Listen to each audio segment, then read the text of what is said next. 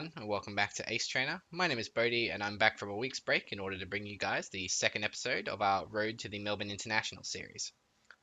The second episode of this series will revolve around two different builds for Umbreon GX and talk about what Umbreon GX has to do to win it all.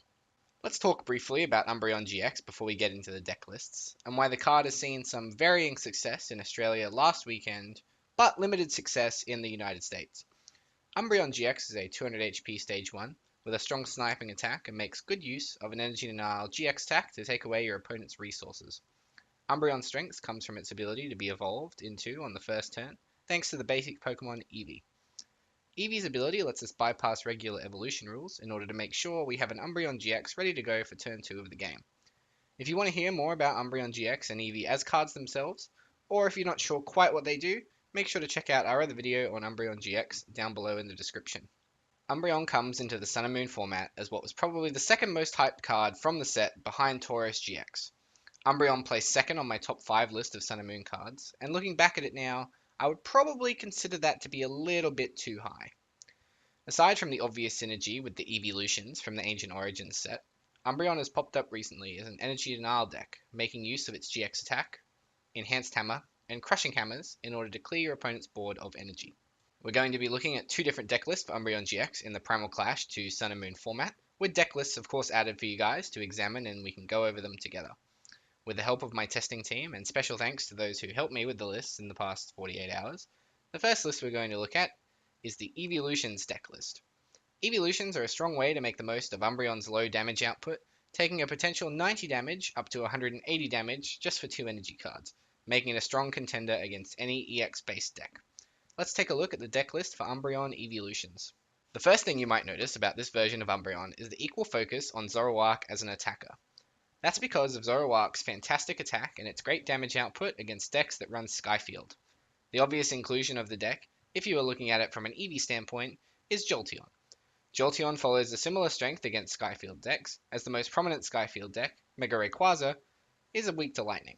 However, instead of relying on one lightning Pokemon to help with the matchup, we can use Zoroark as a one-prize attacker and still keep the good matchup against other decks that fill their bench as well. Moving over to the supporters, the list is fairly standard except for the inclusion of Team Skull Grunt. To add to the usefulness of Umbreon's GX attack, Team Skull Grunt has been very successful in my testing and hopefully will continue to be used well into the future.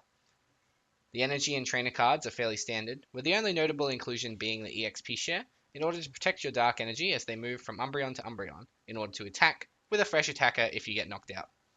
I recommend trying this list out before the second list we're going to be chatting about in this video, as it's much easier to get into this list and more open to interpretation than the second list. If you're expecting lots of GX Pokemon in your area, consider adding one Zoroark break over an Enhanced Hammer. If you're expecting lots of Yveltal based decks in your area, try a Team Flare Grunt over a Super Rod.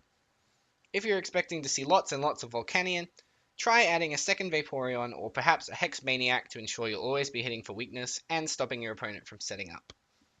Moving on to the second list now, we're going to be looking at a control version of Umbreon GX, and that is the Garbodor/Hammers version that has been seeing success in Australia recently. Umbreon Hammers, as the deck is known, has seen some success making good use of Umbreon's GX attack, combined with Energy Denial to stop your opponent from taking prizes and setting up effectively. Let's have a look at the deck list for Umbreon Hammers. The deck list that we have in front of us now is just an example for the Umbreon Garbodor deck list, but I feel as though it has a lot of potential in the current format. With cards like Team Flare Grunt and Team Skull Grunt respectively, you're able to take away plenty of options from your opponent turn after turn and limit their resources, the most important factor in the Pokemon TCG. The key to this deck, as mentioned in the earlier portion of the video, is going to be the Crushing Hammers and Enhanced Hammers. I have not opted into using Puzzle of Time to continue to reuse cards from our discard pile, but instead opted for a strong frontline Pokemon like Tauros GX to hold off your opponent in the early turns. If they do manage to get a chance to attack you, if your Energy Denial strategy hasn't slowed them down enough, then Tauros provides a strong wall that your opponent will have to damage in order to break past. Garbodor is another standout to this deck, of course, providing your opponent with no access to their abilities. Garbodor is in the deck for your Volcanion and Rayquaza matchups most predominantly, but can be used in pretty much every other matchup in the game to ensure that your opponent cannot profit from their abilities. Moving on to text now, if you expect a lot of special energy heavy decks, considering changing the 3 EXP share for Assault Vests. If you expect a lot of decks that recover energy via Pokemon, you can opt into running Puzzle of Times. If you would like to run Puzzle of Time, consider removing 2 EXP share, 1 Trubbish, and potentially the Tauros GX.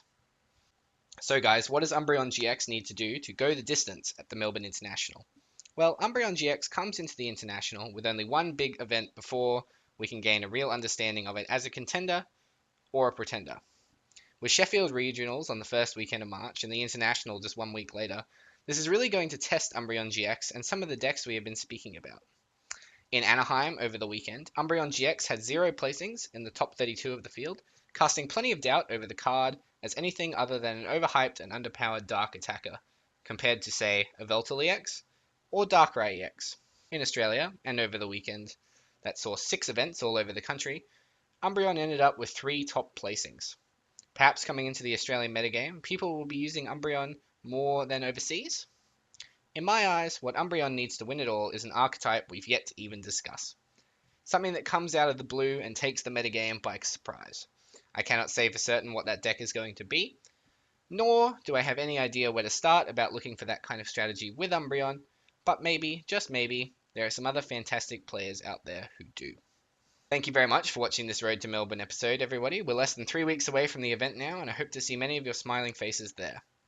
As always, make sure to check us out on Facebook, SoundCloud, Castbox, Twitter, and our website, acetrainerau.com, to see everything Australian Pokemon and more.